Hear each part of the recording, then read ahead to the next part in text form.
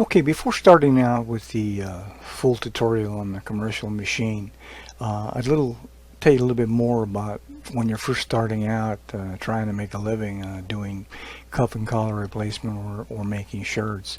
I highly recommend that as soon as you can, get yourself an industrial single needle machine with a knee a lever on it so you can have your hands free. But starting out, the only reason that I own the 801 Sport Bernina, and it's close somewhere between 40 and 50 years old, is because it was a steel machine. It weighed somewhere around 40 pounds, and it had settings for the width of the buttonhole and also the stitch length.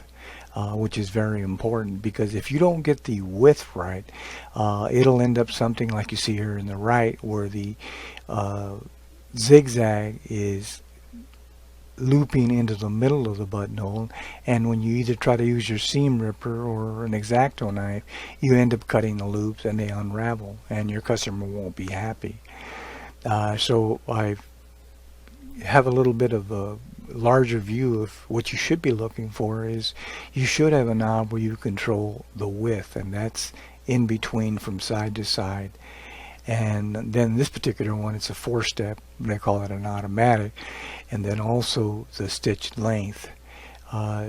Experiment a little bit.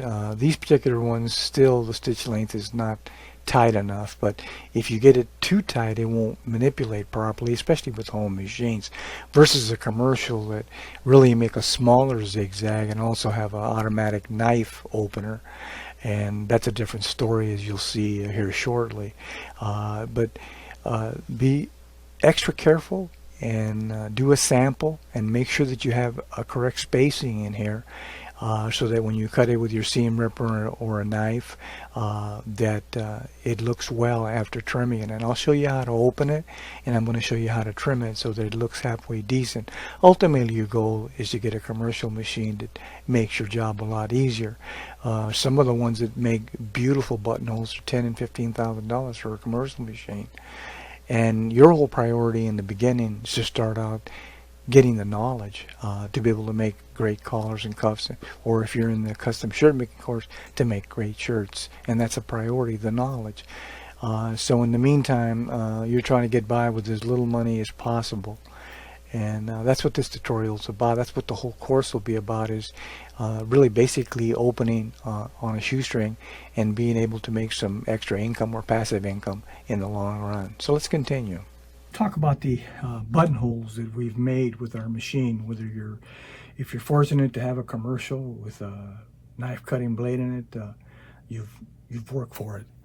But in the beginning, most students starting out, they're trying to make some extra income, and you have to start at the bottom until you can save your nickels and dimes to be able to afford a half decent, probably used buttonhole machine and button sewer. But my whole course has been about starting someone from nothing, really. And I always mention, don't quit your day job. Build into it. It's one customer at a time. If you learn your marketing, you can get to that point where you can make a living doing it full time. So don't be in a rush. Be in a rush to acquire the knowledge, and this is just one portion of it. Many times when I'm talking through my tutorials, I'll forget things to tell people. And so I have a section where you call them tips and tricks, or things that I should have told you. I'll have a segment on that where you can kind of review.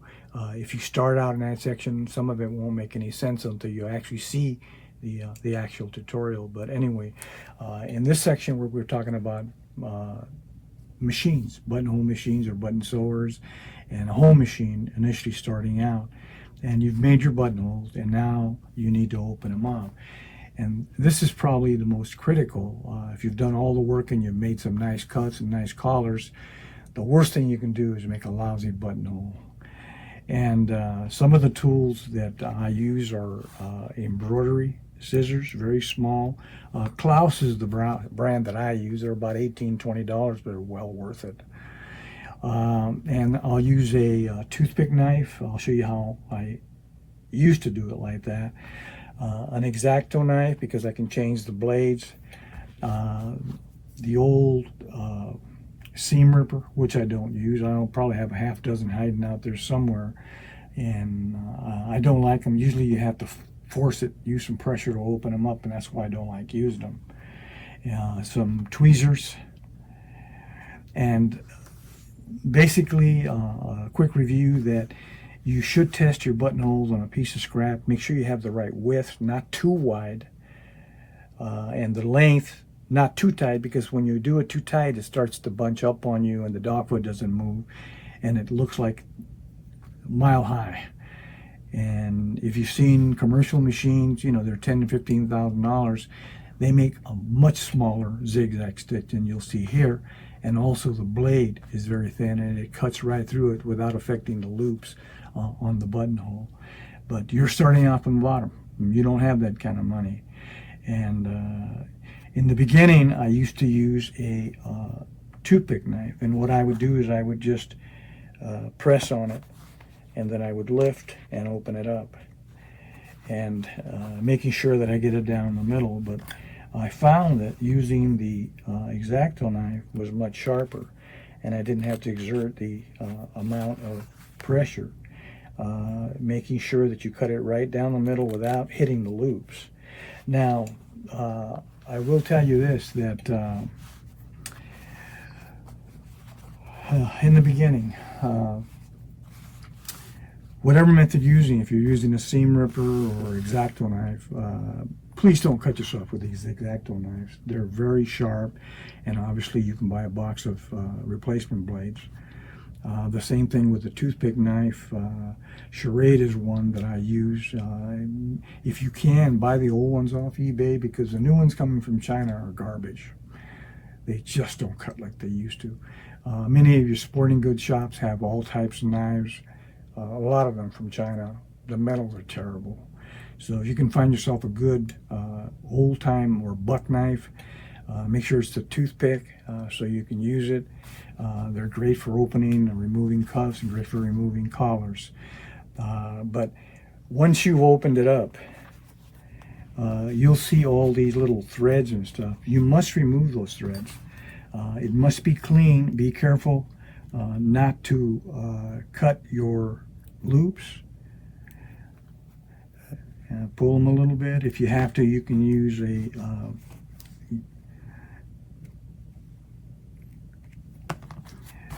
and just cut them open.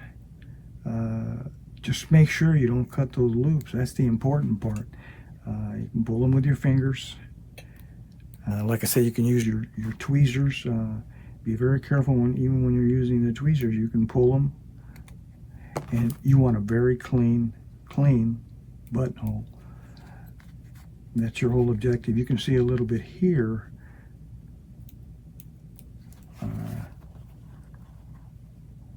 And that's your whole key is, again, be careful not to cut the loops. And that's the buttonhole.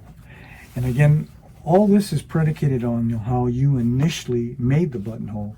You saw the previous tutorial. If it's too wide, you're going to have too much of a gap, and it'll look ugly also. So the whole thing is you want to get it as close to commercial as you possibly can. The important here is not to cut the loops open, and you can get away with it doing it with your own machine, but do not cut the loops open. And that's all I'm going to say about the buttonhole opening. Some of these tools you'll acquire as time goes on. Buck knives have been with me forever. They've been around forever. And I can't stress buying a embroidery shear. These are the curve type. And Klaus is the best brand. There's some that come from India. They're about $6.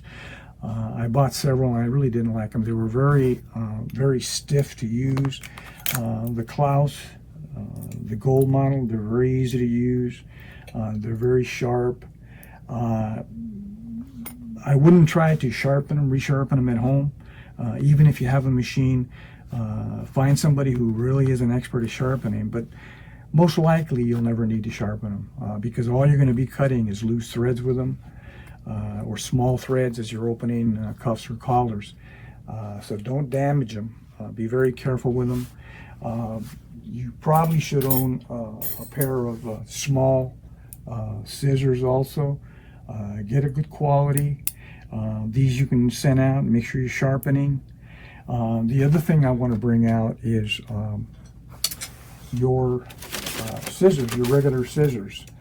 And the reason I'm bringing that out is because the most important part with your scissors, your large shears, is the points. And this particular one here, I'll show you. Let me move my cuff out of the way.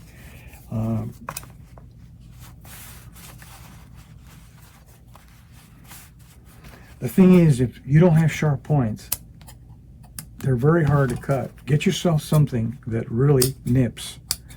And when you send them out to get repaired, make sure the person that's repairing them knows how to do it. Because these here, you can't get them to cut to a point. I have to take them in to get recalibrated, as I call it. These are Da Vinci's. This other one here is a Mundial. This is worldwide known. And Arbolito was another one. That first pair I owned, I think I spent $140 for them, and I still have them today. Very good shears, good metal. They hold the shape real well. So this is all I have to say about the buttonholes and the type of tools that you'll need to perform a good job.